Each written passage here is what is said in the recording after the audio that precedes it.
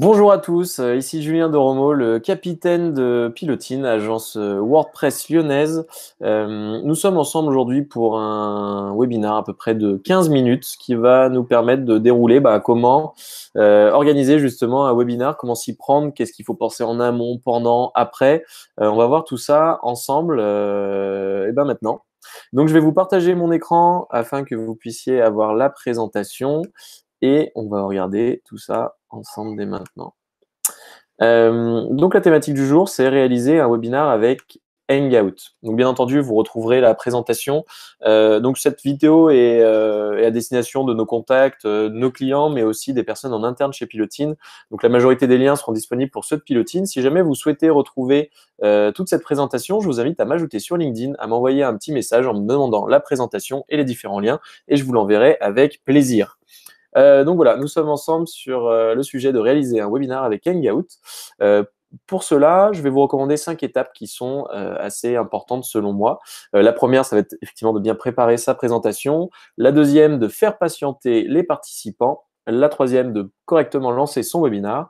La quatrième, d'utiliser les appels à l'action durant votre webinaire pour garder un petit peu l'attention de votre auditoire et surtout faire en sorte qu'il y ait une suite à tout ça.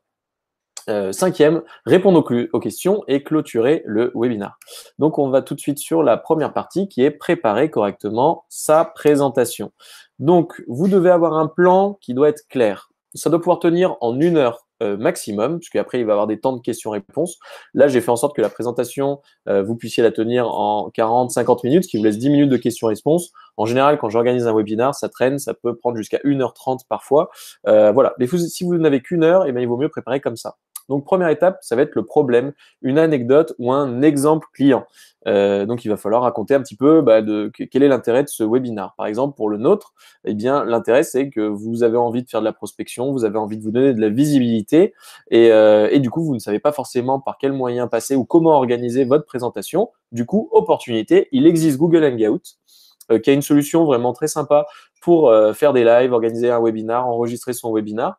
Et donc, du coup, c'est ce que je vais vous présenter aujourd'hui, de savoir un petit peu quelle étape il faut mettre en place. Ensuite, en 3, il va falloir donner des solutions. Donc, ça va être l'intégralité du webinaire. Donc, ça va être les prochaines minutes qu'on va passer ensemble, ce sera là-dessus. Donc, quel plan, quoi mettre en place, tout ça.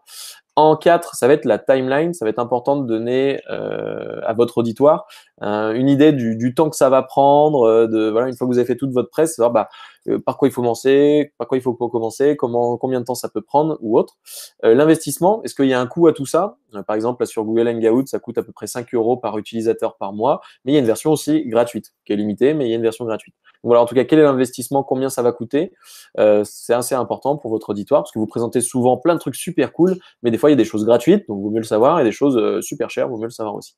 Ensuite, team, qui peut le faire, qui doit le faire? En tout cas, voilà, donner un peu une orientation des ressources humaines qu'il va falloir utiliser pour mettre en place ce que vous allez présenter durant votre webinaire. Et à la fin, il vous faut un temps de questions-réponses. Donc voilà, sur toutes les étapes, 2 minutes max, et garder un maximum de temps pour la durée de votre présentation, mais c'est bien de penser à toutes ces étapes en tout cas.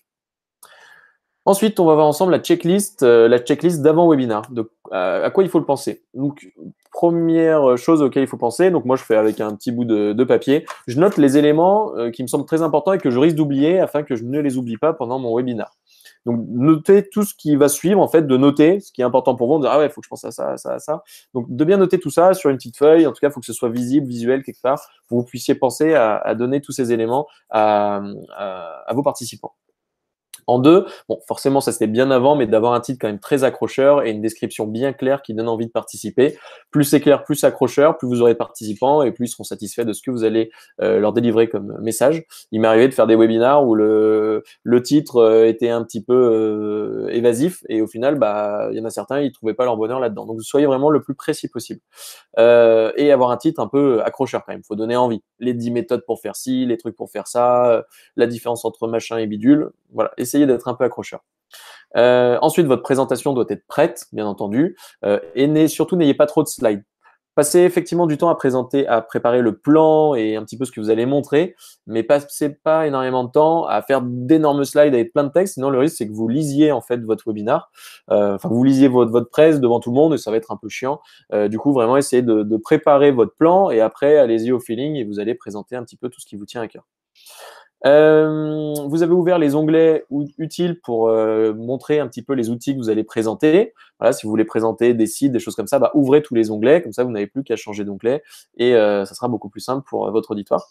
Vous avez des exemples les plus concrets possibles, donc ça c'est important. Je pense qu'un bon webinar, c'est un webinar quand même où à la fin, les gens ils se disent bon ok, je vais pouvoir mettre ça en place et qu'à la rigueur il y ait une personne sur deux qui mette en place quelque chose d'ici une semaine. Si vous pouvez vous fixer un objectif, je pense qu'un bon webinar, c'est un webinar où les gens appliquent quelque chose soit tout de suite, soit une semaine après. Et quand on va sur des trucs trop techniques, et qu'on se trompe de cible et que les gens mettent pas en place, en général, c'est que ça aura été ni satisfaisant pour vous en tant que présentateur, parce que vous l'aurez senti, et ni pour votre auditoire. Donc vraiment, essayez de faire en sorte qu'ils aient tout de suite des trucs à mettre en place directement après le webinar. Et ensuite, vous avez préparé les liens que vous allez potentiellement communiquer à la fin du webinar ou dans le chat de Google Hangout afin que vous puissiez partager les éléments. Si vous parlez d'un outil, machin, hop, vous mettez le lien et les gens vont pouvoir cliquer, aller voir l'outil dont vous parlez. Ensuite, la posture est importante. Comme vous le voyez ici, je suis plutôt centré.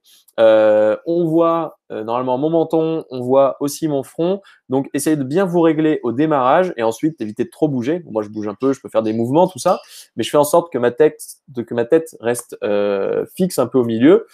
Évitez d'avoir un fond un peu trop, avec trop d'éléments qui vont perturber les gens. Par exemple, là, j'ai la petite tête de cerf.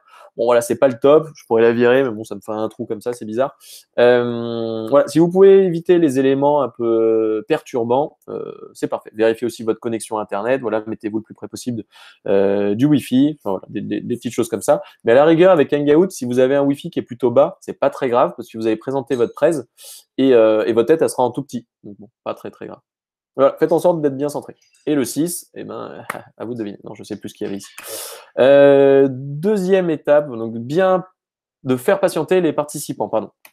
Sur Google Hangout, en fait, ce que je recommande, c'est de se connecter 10 minutes avant votre webinar et de partager tout de suite votre écran. Donc, je vous montrerai après comment partager l'écran. Donc, en tout cas, de partager votre écran, ce qui va vous permettre d'afficher une slide. Donc là, j'en ai préparé une pour ceux de Pilotine. Voilà, pour les autres personnes, préparez vous-même une slide qui fait sens. Mais là, on a marqué Webinar Pilotine. Le live va commencer d'ici quelques minutes. Vous pouvez vous préparer un bon café en attendant. Donc là, il y a le côté un peu sympa, proximité et tout qui est cool. Et on rappelle une règle qui est importante. Merci de couper votre micro et votre caméra. Parce qu'il n'y a rien de pire qu'une personne avachie qu'on voit sur le côté ou alors une personne qui a le micro activé et qui va parler. Sachez qu'en tant que présentateur, vous avez la possibilité de couper le micro des gens. Par contre, vous ne pouvez pas couper la caméra des gens. Donc ça, vous ne pourrez pas faire autrement. Mais vous pouvez couper le micro quand quelqu'un vous perturbe. Rappelez ces quelques petites règles avant d'attaquer le webinaire. Donc là, vous avez votre slide d'attente 10 minutes avant. Ensuite, quand vous vous connectez, vous enlevez votre slide d'attente et du coup, vous apparaissez à l'écran. Vous ne partagez pas encore votre écran. Et là, vous allez pouvoir échanger un petit peu en disant, voilà, je m'appelle Julien, je suis le fondateur de Pilotine. On attend encore 3-4 minutes, le temps que tout le monde se connecte un petit peu au webinar. Et une fois que vous avez fait ça, vous allez rappeler quelques règles avant de commencer le webinar. Parce qu'une fois que vous aurez cliqué sur lancer l'enregistrement, là, il faudra faire un mode un peu plus sérieux puisque ça va apparaître sur YouTube un peu partout. Et du coup, ce que vous allez enregistrer, essayez de ne pas rappeler ces choses-là.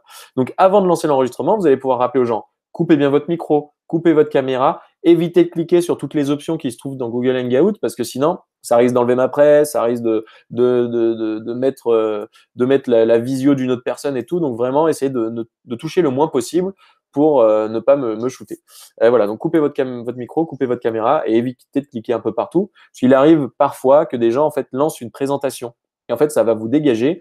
Donc là, dès que vous en rendez compte, vous allez rétablir l'élément, mais ça arrive quand même assez rarement. Et surtout, si vous avez rappelé ces éléments-là au démarrage, ça devrait bien se passer. Une fois que vous avez énoncé tout ça, que vous avez attendu que les derniers participants arrivent, vous dites, allez, ça devait commencer il y a 5 minutes, vous lancez le webinar. Donc, pour lancer le webinar, vous avez ici présenté, donc déjà enregistré. Ensuite, vous allez présenter votre écran. Si vous avez pu mettre votre présentation avant, c'est quand même top. Comme ça attaque directement dans le concret. À part si vous avez une session de 2-3 minutes où c'est vous qui vous exprimez, il n'y a pas encore la présentation. Donc, dans ce cas, gardez votre tête en énorme. Et après, vous allez pouvoir présenter votre presse ou vos outils ou toutes ces choses-là. Mais en tout cas, montrer votre écran. Parce qu'au final, ce qui est intéressant, c'est ce que vous avez sûrement à montrer et pas seulement votre tête.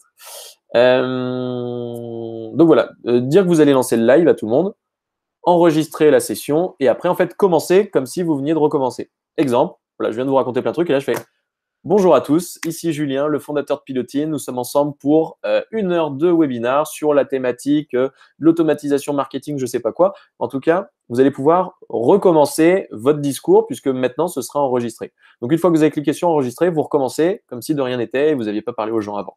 Ça fait toujours un peu bizarre, mais bon, à la télé, sachez qu'ils font ça à chaque fois. Ils se sont tous fait la bise avant, mais ils se disent quand même bonjour après. Donc là, c'est un peu le même système. Vous enregistrez et après, vous commencez comme si de rien n'était. Bon, je vais vous montrer rapidement. Donc là, je suis du coup sur Hangout. On voit que là, il y a 2 personnes, parce qu'en fait, ici, il se trouve qu'il y a moi, ma tête, et il y a moi, ma présentation. Donc normalement, de base, tout le monde a ça. Vous allez pouvoir ici cliquer sur les 3 petits points en bas à droite et cliquer sur commencer l'enregistrement. Moi, je suis en train d'enregistrer, donc forcément, il y a marqué arrêter. Donc à la toute fin, vous allez arrêter votre enregistrement. Donc en tout cas, ici, commencer l'enregistrement. Ça va mouliner pendant 1 ou 2 secondes. Et dès que c'est rouge, là, comme ça, on voit en haut à gauche, dès que c'est rouge, boum, et ben vous commencez votre présentation. Vous avez ici le chat. Donc, normalement, au fur et à mesure du webinaire, les gens vont pouvoir poser des questions. Donc, au début, vous pouvez dire à tout le monde, histoire que ça mette en fait une ambiance un peu sympa, de dire présentez-vous dans le chat ou vous pouvez me faire coucou, vous pouvez dire bonjour, vous présenter dans le chat. Comme ça, les gens commencent à taper. Ça permet de détendre un peu l'atmosphère. Et quand les gens voient que tout le monde, bam, bam, bam, les gens participent, ça donne encore plus envie de participer. Donc, pour qu'il y ait un climat un petit peu sympa pendant votre webinaire, poussez directement les gens à vous faire coucou dans le chat et à dire des choses. Donc ça, vous pouvez le dire avant de lancer l'enregistrement. Voilà. Après, ici, vous avez les options. Donc, si quelqu'un vous a bloqué le micro, comme je vais le faire maintenant, plus à rien. Donc, je disais, du coup, on vous entend plus, ça ne servira plus à rien. Donc, des fois, il y a des gens, ils risquent de faire ça. Ça arrive aussi très, très rarement, mais si vous voyez que c'est en rouge, ben, remettez live, sinon, on vous entend plus. Ici, c'est votre caméra, et ici, c'est pour se barrer, donc ne le faites pas.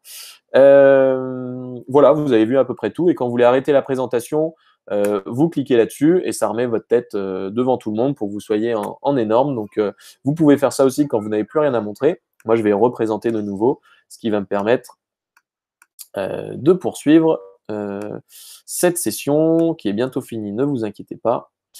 Hop, je mets en plein écran. OK. Ensuite, les appels à l'action durant le webinaire. Je vous recommande plusieurs actions à réaliser pour donner un côté vraiment sympa à votre webinaire et surtout capitaliser là-dessus et faire en sorte que les gens restent un peu fidèles à votre entreprise, à vos services par la suite. Je vais vous montrer. Donc, déjà, rappelez qu'il y a potentiellement d'autres webinaires disponibles. Faites un appel à l'action en disant n'hésitez pas à vous abonner à ma chaîne YouTube, n'hésitez pas à suivre nos prochains webinaires, n'hésitez pas à vous inscrire à nos prochains webinaires, toutes ces choses-là. Vous pouvez pousser les participants, ça je le recommande, à vous ajouter sur LinkedIn. Que ce soit, faites-le plutôt au milieu en général, ou vers la fin, mais vers la fin c'est un peu tard. Au milieu, bah, vous y pensez en disant ah ouais, d'ailleurs, n'hésitez pas à m'ajouter sur LinkedIn, comme ça on pourra rester en contact et si vous avez des questions complémentaires, vous pourrez me les poser à ce moment-là. Ça, c'est top parce que du coup, les gens vous ajoutent à LinkedIn, ça vous fait augmenter votre réseau et surtout, c'est des gens qui vous ont vu en webinaire, donc en général, ils seront un peu plus chauds que d'autres prospects.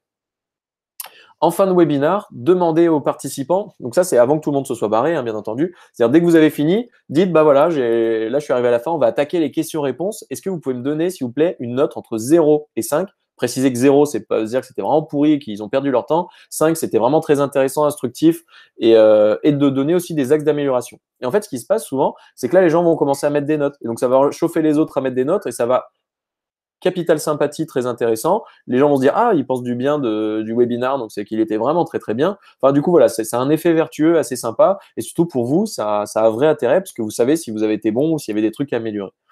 Ça arrive rarement que tout le monde vous mette une tôle, hein. En général, ils vont vous mettre des bonnes notes et ils vont vous mettre par exemple 3 ou 4. Ils vont mettre 4 avec c'était un peu trop rapide, j'aurais aimé ci, j'aurais aimé ça. Et en tout cas, ce sont de super bons retours que vous allez pouvoir prendre en compte pour vos prochains webinaires. Donc vraiment, poussez les gens à vous ajouter sur LinkedIn et poussez les gens à vous mettre une note avant la fin du webinaire pour vous puissiez savoir ce qu'ils en ont pensé et après vous passez aux questions-réponses. Ensuite, rappelez à tout le monde que tout ça est enregistré, qui vont recevoir la presse, qui vont recevoir la vidéo replay par email et qui vont pouvoir s'inscrire à d'autres webinaires. Donc ça, en fait, vaut mieux le dire au début, mais vous pouvez le rappeler aussi à la fin, ce que je fais au début et à la fin. Parce qu'il y en a, sinon, ils vont poser la question en mode est-ce que c'est bien enregistré? Est-ce qu'on aura le replay? Est-ce qu'on aura la presse? Donc dites bien oui, vous aurez la presse, vous aurez le replay. On vous envoie tout ça par email juste après. 4 bis, bah, présenter votre entreprise quand même avant de passer aux questions-réponses. Donc là, c'est les slides qu'on met chez Pilotine. Donc vous pouvez les retrouver, si vous êtes un pilotin, vous pouvez les retrouver sur la presse. Sinon, bah, pour les autres, c'est à vous de vous créer vos presse. Mais en tout cas, voilà, on raconte, ça fait 11 ans, on est dans le top 30 des agences françaises, on a plein de marins super sympas, on a Pilotine, on a une autre boîte qui est un média qui s'appelle Lui Entreprise. Et voilà. En tout cas, voilà. Faites la toute petite partie promo, je la verrai plutôt à la fin du webinaire, une fois que les gens se sont dit qu'ok, vous étiez plutôt bon et que vous leur avez apporté quelque chose. Parce que si vous faites au tout début, ils risquent de dire oh là là, qu'est-ce que ça va être ce webinaire, ça va être trop commercial, je me casse. Donc vraiment, faites-le plutôt à la fin. Et ensuite, 5, les questions-réponses et clôture du webinaire. Et bien du coup, pensez à répondre aux dernières questions dans le chat. Vous cliquez en bas à droite sur arrêter l'enregistrement, 3 petits points, arrêter l'enregistrement, vous arrêtez l'enregistrement et vous remerciez tout le monde et vous leur souhaitez une excellente journée. Et voilà, en tout cas, bravo. Si vous êtes arrivé là, en général, c'est que vous avez fait un super webinaire et que bah, vous avez intéressé des personnes. Donc, on est arrivé à la fin de cette session de mini-formation sur Google Hangout et l'organisation de webinaires avec Google Hangout. Donc, je vais moi-même mettre fin à ce partage. C'est ici. Donc, du coup, vous retournez, vous cliquez sur les 3 petits points et vous cliquerez sur arrêter l'enregistrement. Et en tout cas, eh bien, moi, je vais arrêter la présentation. Comme ça, vous allez me voir en gros. Et je vais en profiter pour vous dire de m'ajouter sur LinkedIn. Parce que si vous avez une question, eh ben, n'hésitez pas à me la poser sur LinkedIn. Donc, ajoutez-moi bien. Je serais super content de vous avoir dans mon réseau. Et comme ça, vous pourrez me poser toutes les questions. Si je peux vous filer un coup de main, tant mieux. Rappelez-vous que Pilotine est une agence spécialisée sur WordPress et qui peut vous accompagner aussi sur l'aspect web marketing sur Lyon. Et puis, bah, sinon, je vous souhaite une excellente journée et à très bientôt. Ciao. Et là, j'arrête l'enregistrement.